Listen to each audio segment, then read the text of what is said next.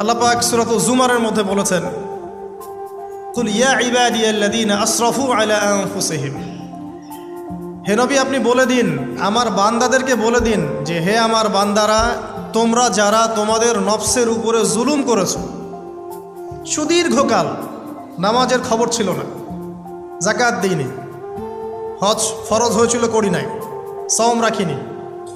আল্লাহর দিন এগিয়ে নেওয়ার কোনো চেষ্টাই করি নাই, সুদীর্ঘকাল হারাম খেয়েছেন, ঘুষ খেয়েছেন, জেনা করেছেন, বাদ্যযন্ত্র বাজিয়েছেন,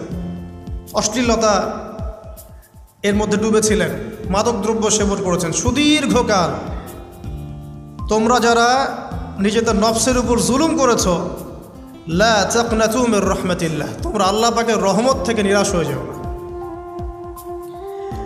তোমরা আল্লাহ পাকের রহমত থেকে নিরাশ হয়ে যেও না। ইন্নাল্লাহা ইয়াগফিরুয যুনুবা জামিআ, আল্লাহ পাক চাইলে সমস্ত গুনাহ মাফ করতে পারেন। ইন্নাহু হুয়াল গফুরুর রহিম, তিনি হচ্ছেন পরম করুণাময়, অসীম দয়ালু।